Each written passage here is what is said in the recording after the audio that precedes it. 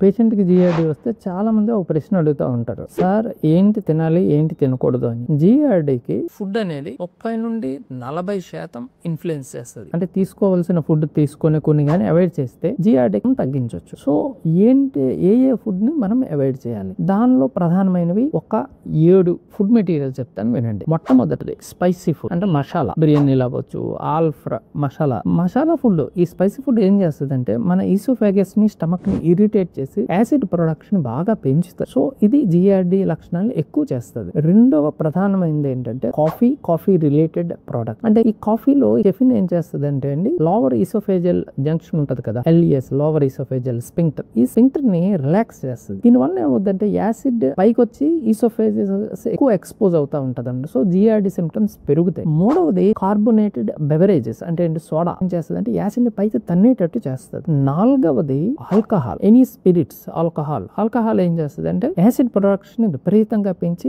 Lower oesophageal sphincter, అంటే sphincter ని బాగా వీకెన్ చేస్తుంది అనమాట. దీని వలన చాలా ఇబ్బంది అవుతుంది. Next citrus fruits. ఇది సిట్రస్ అంటే ఆమ్ల ఎక్కువ అనమాట. సో ఇది యాసిడ్ ని డైరెక్ట్ గా ఎక్కువ చేస్తుంది. ఆరవది ఏంటంటే మింట్ అండ్ పెప్పర్ మింట్, పుదీనా. ఇదేం చేస్తుంది అంటే అండి లోవర్ ఈసోఫేజల్ జంక్షన్ ని బాగా రిలాక్స్ చేస్తుంది. దీని వలన యాసిడ్ ఎక్స్పోజర్ ఈసోఫాగస్ పెరిగి జిఆర్డి పెరుగుతుంది. Next fatty food. ఈ ఫ్యాటీ ఫుడ్ ఏం చేస్తుంది అంటే స్టమక్ లో ఫ్యాటీ ఫుడ్ ఉంటే స్టమక్ నుండి ఈ ఫ్యాటీ ఫుడ్ ని బయటికి కిందకి వెళ్ళటాన్ని చాలా తగ్గిస్తుంది. అంటే గ్యాస్ట్రిక్ మొటిలిటీని తగ్గిస్తుంది. So long time it will stay in the stomach.